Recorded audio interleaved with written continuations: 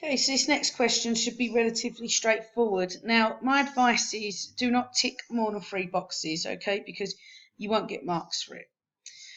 Maybe at first you could do it in pencil, so if you get anything wrong, you can just rub it out.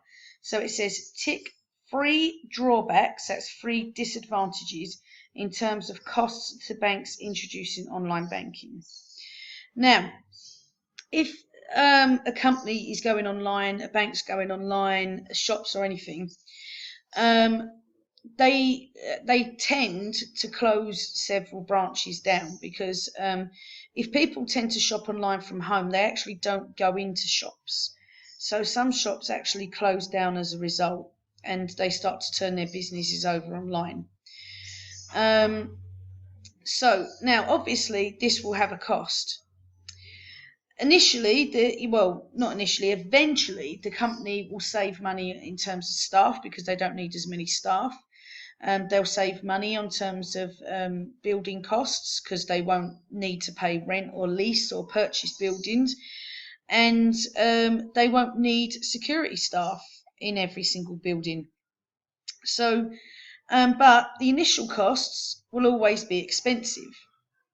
If you remember looking back to when we was discussing industries such as car manufacturers, for companies to go online, the initial startup costs tend to be very expensive. The reason for this is the jobs that people were doing no longer exist.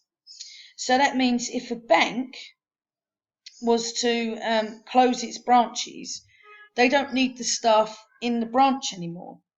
But you can't just sack staff because their job no longer exists. You have to provide redundancy payments. That means you have to pay that member of staff, say, sorry, your job doesn't exist anymore through no fault of your own, and you have to pay them severance pay or redundancy pay.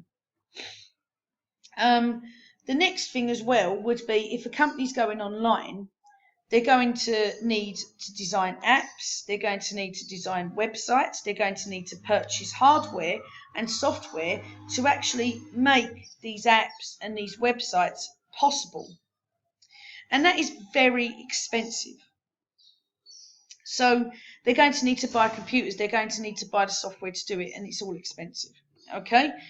Then, of course, once all these computers are up running, this software is up running, they're going to need to constantly maintain the equipment, and updates need to be provided to the software, because the software, to make people want to bank online and not go anywhere else, you've got to make your apps, you've got to make your websites so easy and so convenient to use to keep customers. Because some customers are not going to want to bank online, and they'll just say, okay then, I will move my account to another bank.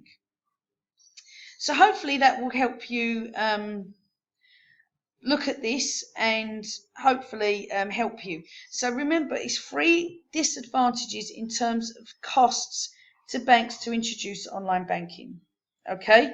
They're not looking for what is convenient, what's going to be better. The disadvantages of going online, generally, to be honest with you, is going to do with costs.